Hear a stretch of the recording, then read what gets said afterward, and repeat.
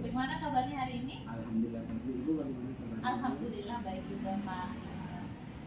Sebelum kita memulai proses coaching, saya memiliki beberapa pertanyaan pada Bapak. Tetapi sebelumnya saya ingin menginformasikan tentang rubrik penilaian Pak. Jadi sebentar ketika Bapak melakukan coaching, di mana Bapak sebagai coach dan Pak Hafid ya sebagai coach Bapak, saya melakukan penilaian apakah Bapak sudah menggunakan alur Tirta dalam proses coaching yang Bapak lakukan atau belum, dan kemudian yang penilaian yang akan saya lakukan pada apakah Bapak sudah menerapkan prinsip-prinsip coaching seperti kemitraan, proses kreatif, dan memaksimalkan potensi. Oke, baik Pak. Pertanyaan pertama saya yaitu kompetensi spesifik apa yang Bapak kembangkan pada coaching ini pada tahap observasi kali ini Pak? Terima kasih Bu. Jadi kompetensi spesifik yang ingin saya kembangkan pada proses coaching kali ini yaitu mendengarkan aktif dan mengajukan pertanyaan. Oke baik, jadi ada dua ya Pak, mendengarkan aktif dan mengajukan pertanyaan jawaban.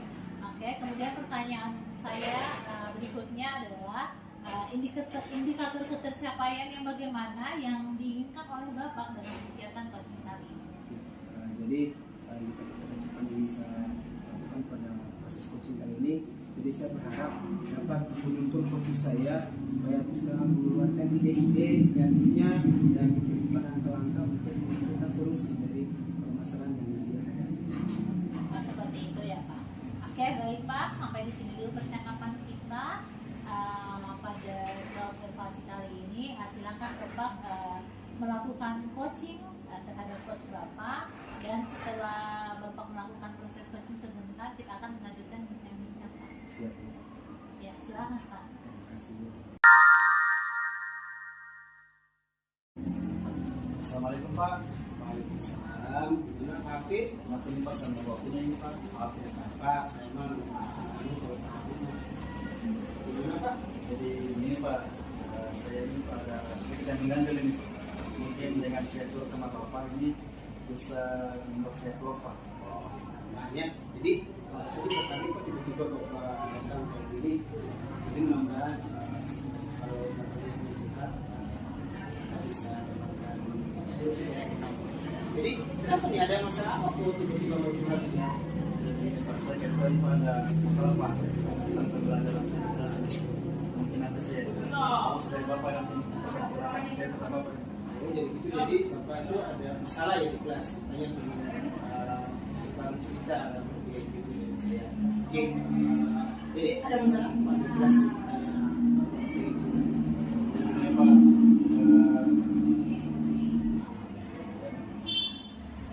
jadi ini Pak, saya merasa Pak, ketika saya melakukan belajar bahasa Inggris itu sudah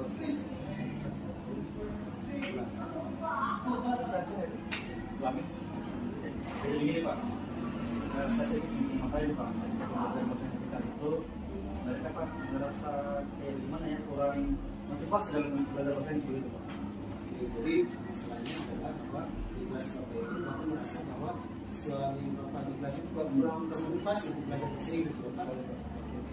Jadi kira-kira menurut Bapak kenapa mereka kayak gitu? Tidak ada motivasi untuk belajar bahasa Inggris? Jadi Pak, setelah hasil pengamatan yang saya lakukan dari hasil kegiatan apa ya, saya melakukan asesmen dalam pembelajaran, ternyata setelah saya bertanya kepada mereka, pada saat di SD mereka belum pernah mendapatkan pembelajaran bahasa Inggris. Jadi ketika mereka naik kelas 7 di SMP, mereka ada kurang kosakata vocabulary, jadi mereka merasa kayak susah untuk belajar bahasa Inggris seperti itu. Akhirnya berhubungan dengan mereka kurang belajar bahasa Inggris. Saya sangat mengapresiasi Bapak melakukan asesmen, bertanya para siswa bagaimana tentang kemampuan awalnya mereka. Ternyata mereka sejak SD tidak pernah belajar sama sekali tentang bahasa Inggris. Jadi memang penting sekali Pak melakukan asesmen sehingga kita bisa melakukan kemampuan siswa. Jadi yang saya bisa menarik kesimpulan dari Bapak sampaikan tadi. Jadi karena siswa ini tidak pernah belajar bahasa Inggris sebelumnya di SD, sehingga ketika di SMP mereka kayak kurang motivasi, kurang kayak merasa bahwa pelajaran bahasa Inggris itu kayak kurang menarik gitu ya.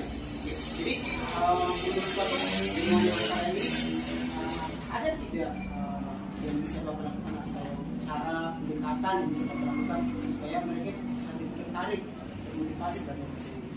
Baik Pak, mungkin ini akan apa namanya Pak? Menurut saya ini bisa bagus untuk mereka, bisa meningkatkan motivasi mereka itu. Yang pertama itu saya akan menerapkan strategi pembelajaran yang berfokus pada proyek Pak. Jadi ketika saya nanti mengerjakan masalah, seperti misalnya nanti ada pembelajaran atau materi apa yang sama-sama mereka berkelompok, otomatis mereka nanti akan sama-sama mengerjakan Pak. Jadi dari situ, dari diskusi mereka itu berkelompok, mereka bisa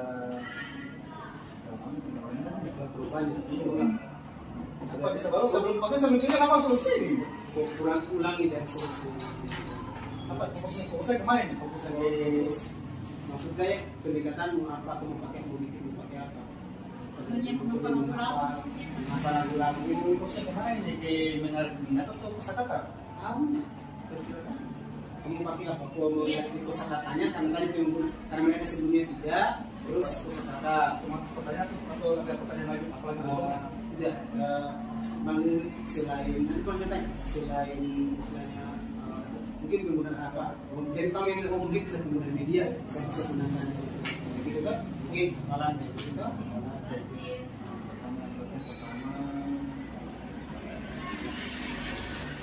Baik Pak, jadi saya mempunyai Pak. Dan saya lakukan nanti ini pertama itu saya akan menggunakan metode pembelajaran yang berbasis proyek atau masalah Pak. Jadi saya mau belajar harapannya Pak, harapan saya itu dari masalah itu bisa menimbulkan apa ya antusiasme mereka untuk sama-sama mengerjakan. Jadi misalnya ketika saya mengajarkan contohnya Pak tentang bertingkat apakah ucapan begitu, mereka bisa sama-sama mengerjakan apa itu apa sama-sama membuat seperti itu.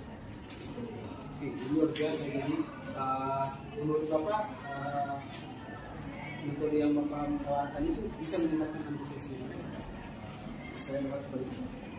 Sekali biasa kita bisa coba baik.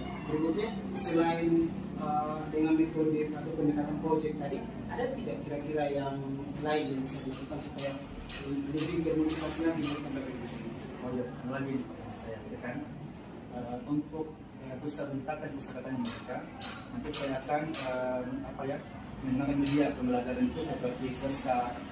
Jadi mereka bisa melihat dari gambar-gambar atau kata-kata yang ada di kartu-kartu seperti itu, mereka bisa apa ya mengingat gitu dari media seperti itu. Kemudian saat belajar di kelas itu supaya bisa menarik dari mereka itu ketika dokter mereka yang masih kelas 7, mungkin mereka dari SD masih menyukai yang namanya video-video pembelajaran menarik yang berhubungan dengan musik-musik seperti itu, sehingga nanti kalau misalnya saya melakukan pembelajaran di kelas, saya akan mencoba menggunakan media seperti itu. Semoga harapan dari media itu bisa meningkatkan hasil mereka. Saya apa ya ambil dengan apa yang Bapak sampaikan luar biasa sekali ya, apa ya ide-ide yang Bapak sampaikan tadi bagaimana proyek, bagaimana dengan media di dalam kelas yang Bapak itu bisa meningkatkan motivasi baik buat musik, seperti tadi, terus video juga. Jadi itu apa bisa dicoba di kelas, semoga itu bisa berhasil dan saya yakin dan bisa berhasil. Tapi apa komitmen yang bisa Bapak lakukan supaya hal tersebut bisa terlaksana? Saja Pak, sebagai seorang guru bahasa Inggris, saja saya akan terus meningkatkan potensi saya pribadi. Kemudian juga saya apa ya mempercepat pelatihan atau workshop mana misalnya kayak penggunaan media tertentu untuk bisa meningkatkan motivasi atau minat belajar bahasa Inggris seperti itu. Sekali Pak. Jadi semangat yang Bapak sampaikan itu apa ya memotivasi saya juga untuk belajar. Jadi semoga yang sudah berencana itu bisa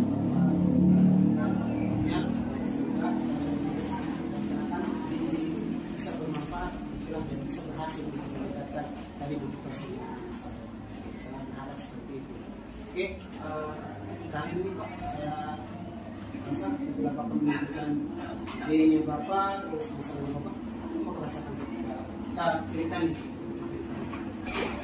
Bapak saya merasa pro lega, sudah bisa mengerti apa yang saya tadi. Ternyata saya sudah bisa mendapatkan solusi dari masalah yang saya alami. Saya berterima kasih kepada Bapak ini sudah meluangkan waktunya sesi curhat pada hari ini. Saya juga berterima kasih Pak Hafiz sudah cerita dari saya. Tentunya kita tidak menyampaikan, saya juga tidak tahu bagaimana kondisi siswa di kelas lain. Jadi saya juga bersyukur ketika memang percakapan kita hari ini dapat membawa manfaat Hafiz dan tentunya untuk saya juga sebagai guru Pak sekolah. Jadi semoga apa yang kita dapatkan solusi yang sampaikan apa ini Pak, sekali lagi Pak, sebagai Pak. Selamat Pak ya, selamat tidur ya Pak, sudah berhasil Pak. Oke, baik Pak. Bapak sudah melakukan proses coaching ya dengan Pak Hafiz tadi. Ya, alhamdulillah ya Pak. Sebelum penutupan, setelah melakukan proses coaching tadi, saya memiliki beberapa pertanyaan dengan Bapak terkait tadi Pak, proses coaching tadi. Jadi yang pertama itu apa saja yang sudah Bapak lakukan pada saat coaching terkait indikator ketercapaian yang Bapak inginkan?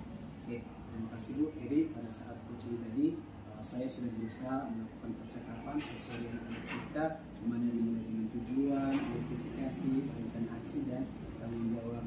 Selain itu, saya juga sudah melakukan prinsip-prinsip coaching seperti kemitraan, proses kreatif dan memaksimalkan potensi.